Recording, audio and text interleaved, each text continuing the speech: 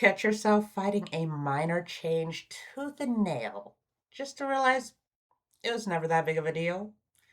I'm Jen, a burnout and vicarious trauma coach, and I most certainly do not have my shit together, and neither do my cats. They struggle with change. This winter, we had a classic Colorado cold snap, nights at minus 18 Fahrenheit, days that never made it out of the teens. To ease my electric bill, I closed the door to the basement that's usually left open. Makes sense, right?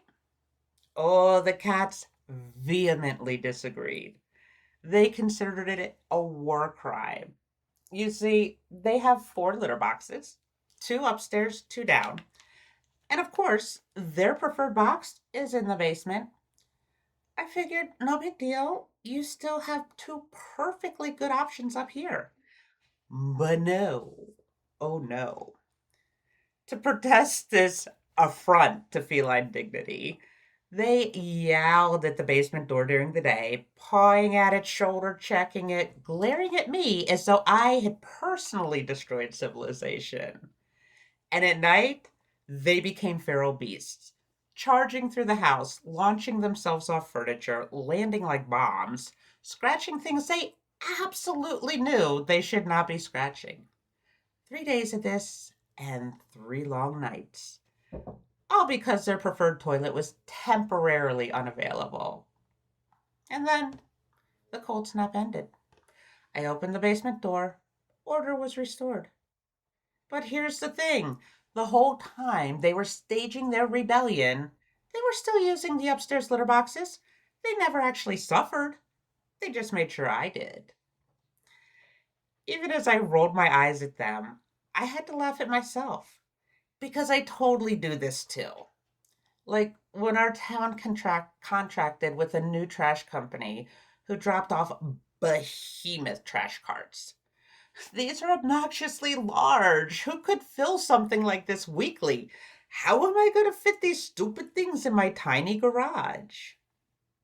But I will say it's nice being able to roll a near empty trash cart to the curb rather than dragging a trash can each week.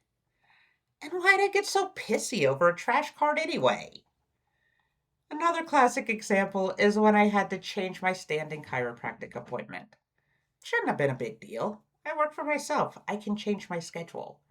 But shifting from every other Thursday afternoon for self care and errands to Tuesdays felt like the end of the world.